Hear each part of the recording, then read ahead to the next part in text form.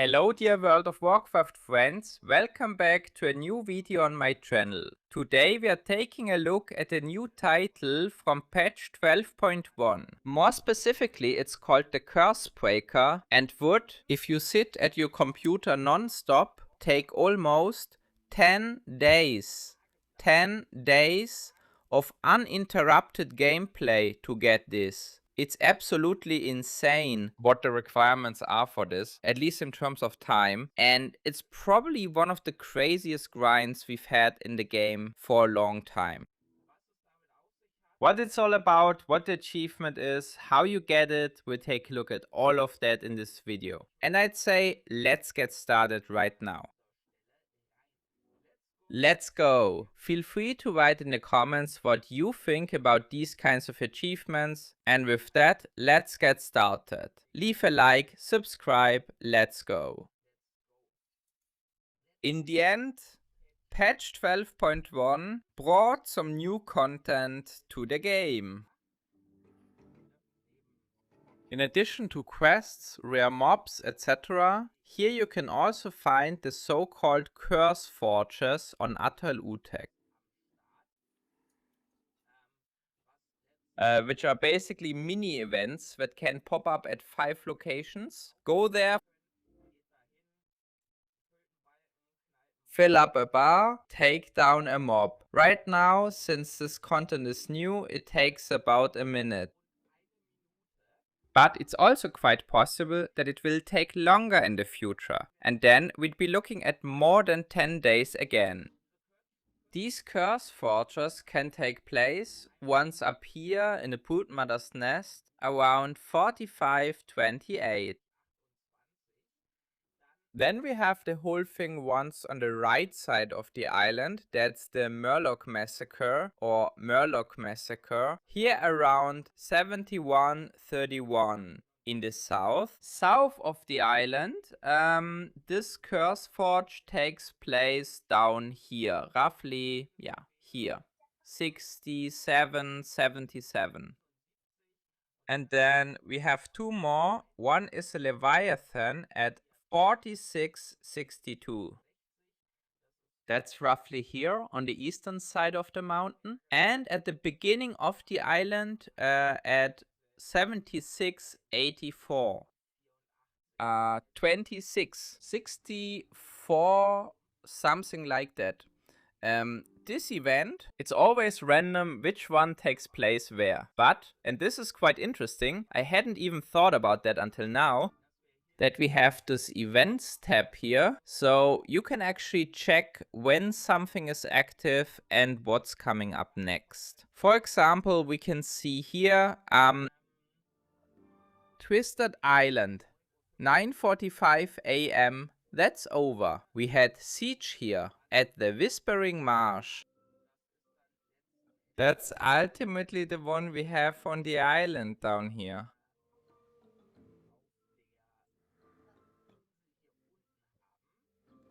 Misshapen Leviathan is next, so that's up here in the front. Broodmother's Nest is up here. Utah Janitor is here, and the Murloc Morass is over here. So that way you always know where, when, how these things happen. And like I said, currently, because of the large number of players, everything gets killed pretty quickly. But I assume that in a few weeks at the latest, when people aren't all on the island anymore, everything will take a bit longer. So if you really want a title, you should hurry up. For this, you need 300. You need to complete 300 of these Curse Forges. And I think that's an absolutely absurd number. I have done exactly 0 because I just love this feature so much. You can see it here. Defeat 300 curse waves on the Winding Isle. For that, you get a title, the Cursebreaker. In English, it sounds even cooler. Cursebreaker. And don't get me wrong, I also think the title itself is really, really cool. But I think they kind of went a bit overboard with this whole thing. I actually think it's good that there are titles and achievements in the game that you really have to grind for. You know, the ones you don't just get handed. And where you can also show, hey, I've played the game a lot. I put in the work and got a reward for it that not everyone has. Like I said, I think that's totally fine and also important so that everyone has something to do. But with things like this, it sometimes feels to me like they just didn't have a better idea. And yeah, they just kind of threw it in there just to keep the players a bit busy. Achievement hunters. So yeah, you'll definitely need to set aside some time for that, I'd say. That's why I'm glad that I definitely don't collect achievements in World of Warcraft. And I never will, because otherwise I'd go crazy. But yeah, that's the whole thing. And like I said, the players who calculated this assumed that each curse forge takes about a minute per piece. In some cases, for some, they calculated a bit more time.